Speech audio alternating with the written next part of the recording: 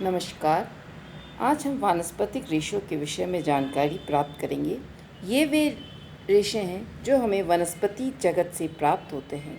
इन रेशों का उद्गम पेड़ पौधे होते हैं। इन पेड़ पौधों के विभिन्न भाग जैसे बीज, तने, पत्ते आदि वानस्पतिक रेशों के स्रोत होते हैं। वानस्पतिक रेशों का मुख्य मौलिक संरचना फंडामेंटल स्ट्रक्चर जिसे हम कहते हैं सेल्यूलोज का होता है। सेल्यूलोज पौधों की कोशिकाओं का मुख्य भाग होता है। सेल्यूलोज में कार्बन, हाइड्रोजन, ऑक्सीजन होता है। सेल्यूलोज का रासायनिक फार्मूला C6H10O5 होता है।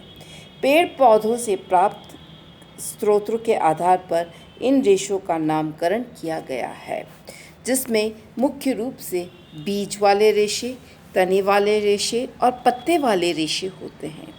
बीज वाले रेशों के अंतर्गत कपास और कपोक आता है।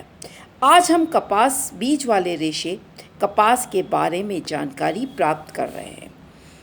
बीज वाले रेशे फल के अंदर बीज के चारों तरफ चिपके रहते हैं।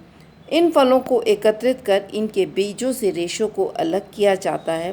प्रकृति इन रेशों को बीजों की सुरक्षा के लिए प्रदान करती है, इसलिए इन्हें बीज वाले रेशे कहा जाता है।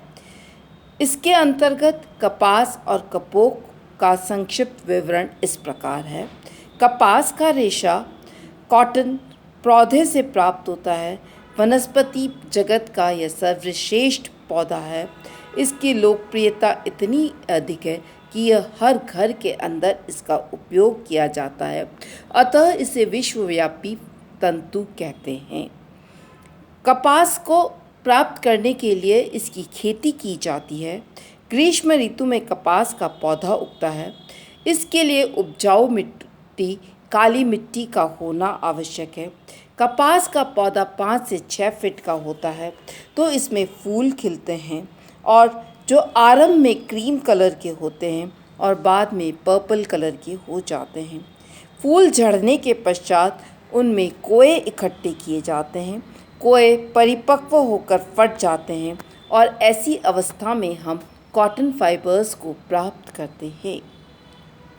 ये कॉटन फाइबर्स जब हम नेक्स्ट स्टेप इसके अंतर्गत आता है कि कोए को एकत्रित करना।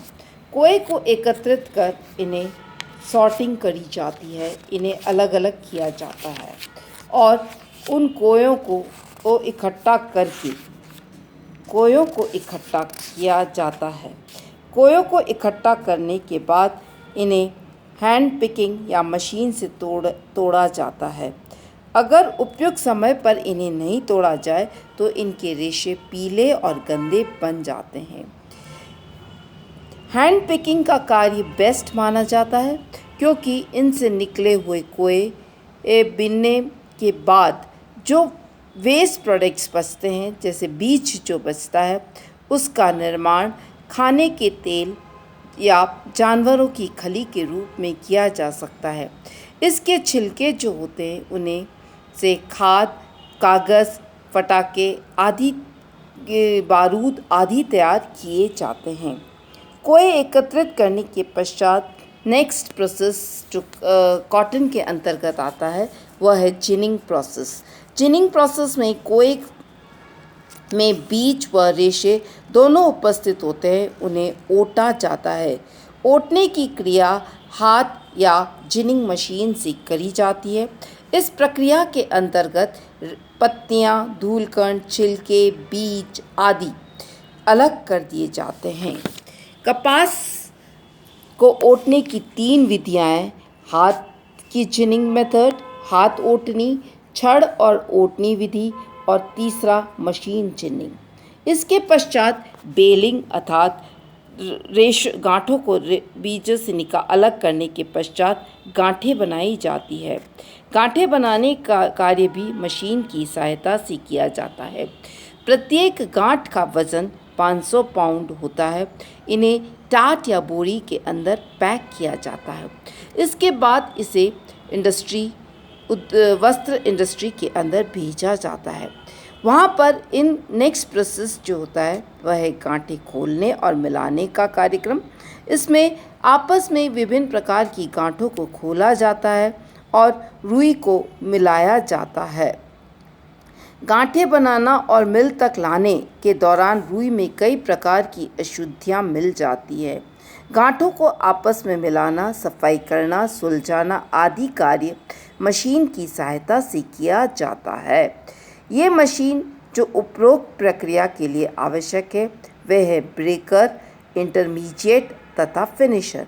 इन तीनों मशीनों से निकलने के पश्चात रुई 1 इंच मोटी और 40 इंच चौड़ी चद्दर तैयार कर ली जाती है, जिसका वज़न 40 पाउंड होता है। इसके पश्चात कार्डिंग प्रोसेस आता है।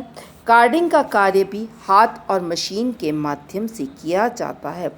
इस प्रक्रिया में रेशे बिल्कुल साफ होकर लंबे और समानांतर हो जाते हैं। कार्डिंग के बाद इन्हें एक फनल से निकाला जाता है और एक गोलाकार कीप को कार्ड सिल्वर कहते हैं। अब इस गोलाकार पट्टी की कताई हेतु तैयार हो जाती है। इस पट्टी को अच्छे किस्म की वस्त्रों के लिए किया जाता है। नेक्स्ट प्रोसेस जो कॉटन की प्रोसेसिंग के अंतर्गत आता है वह है कंघी करना, अर्थात जो समानांतर रेशे हैं उन रेशों को समानांतर करने के लिए कंघी करी जाती है। इस प्रक्रिया के अंतर्गत जो रेशों में सूक्ष्म गंदगी आदि रह जाती है उन्हें निकाल दिया जाता है और इसके बाद जो पूनियाँ तैयार करी जाती है उसे हम कोम्ड सिल्वर कहते हैं। नेक्स्ट प्रोसेस आता है पूनी बनाना।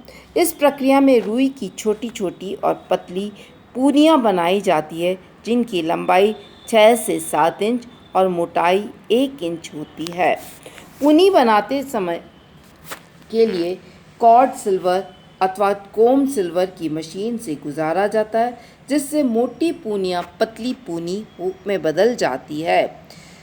इसे फिर रोलिंग फ्रेम पर चढ़ा दिया जाता है। इस प्रकार मशीन से महीन और लंबी पूनियाँ तैयार की जाती है। नेक्स्ट प्रोसेस जो वस्त्र निर्माण, कॉटन के वस्त्र निर्माण के अंतर्गत आता है वह है कताई, अर्थात पूनी निर्माण के पश्चात सूत की कताई हाथ के द्वारा या मशीन से की जाती है। मशीन से इन्हें कताई के यंत्र को स्पिनिंग फ्रेम पर चढ़ाया जाता है और इस फ्रेम को तीव्र गति से चलने वाले रोलर्स लगे रहते हैं और इन रोलर्स के बीच में से पूनियाँ गुजरती है जिनसे खिंचाई और बटाई भी होती जाती है। अंत में वांछित मोटाई का धागा प्राप्त कर लिया जाता है और इस प्रकार मजबूत धागा का निर्माण होता है। जब मजबूत धागा का निर्माण हो जाता है तो इस धागे को बॉबिन, स्पूल या लच्छी या बॉल के रूप में समेट लिया जाता है। हाथ की कताई के लिए स्पिंडल या चरखे का उपयोग किया जाता है। जब कताई का प्रक्रिया पूरी हो जाती है तब हमारी प्रोसेस आती है कपड़े निर्माण की, जिसे हम वीविंग कहते हैं। तैयार सूत्र से वस्त्र बुनने के लिए तैयार होता है और इस पर विभिन्न प्रकार की बुनाई के लिए ताने और बाने के धागे का प्रयोग किया जाता है। विभिन्न प्रकार की बुनाई के वस्त्र की विविधता लाने के लिए विविध प्रकार की बुनाइयों का उपयोग किया जाता है। कॉटन से कई प्रकार के वस्त्र तैयार किए जाते हैं, जैसे मलमल, कैम्ब्रिक, डेनिम आदि। वस्त्र बुनाई के पश्चात उन पर फिनिशिंग का कार्य या परिसज्जा का कार्य किया जाता है और इससे गुणात्मकता को बढ़ाया जाता है। इससे वस्त्र सुंदर, आकर्षक और अधिक उपयोगी हो जाता है। यूजुअली जो फिनिशेस कॉटन वस्त्र पर करी जाती हैं वे है mercerisation, wash and wear, double press, permanent glazing और सिकुड़न रहित वस्त्र निर्माण के लिए होती हैं। रंगाई, जब वस्त्र फिनिश किया जाता है तो उसके ऊपर आवश्यक रंगाई और डाइंग प्रोसेस किया जाता है और इस प्रकार सुंदर और आकर्षक रंगों के लिए वस्त्र तैयार हो जाता है। रंग छपाई के लिए डिस्चार्ज, रोलर, अवरुद्ध, ब्लॉक, स्क्रीन प्रिंटिंग आदि का उपयोग किया जाता है। इस प्रकार हमने आज देखा कि बीज से निर्मित जो कपास का रेशा है उससे सूती वस्त्र का निर्माण करने की प्रक्रिया क्या है। तो इसमें सबसे पहले हमें कपास की खेती का करना, दूसरा प्रोसेस आता है कोए एकत्रित करना, तीसरा प्रोसेस आता है जिनिंग करना, चौथा प्रोसेस आता है बेलिंग करना, पांचवा प्रोसेस आता है ब्लेंडिंग करना, छठा प्रोसेस आता है गांठों को खोलना, सातवां प्रोसेस आता है इसमें कार्डिंग प्रोसेस, आठवां प्रोसेस कंघी करना, नौवां प्रोसेस कताई करना अर्थात स्पिनिंग करना और अंतिम प्रक्रिया बुनाई की होती है। बुने हुए वस्त्र को सुंदर और आकर्षक बनाने के लिए उस पर अंतिम प्रक्रिया परिसज्जा और रंगाई और छपाई की जाती है। इस प्रकार हमारे सूती वस्त्रों का निर्माण होता है। धन्यवाद।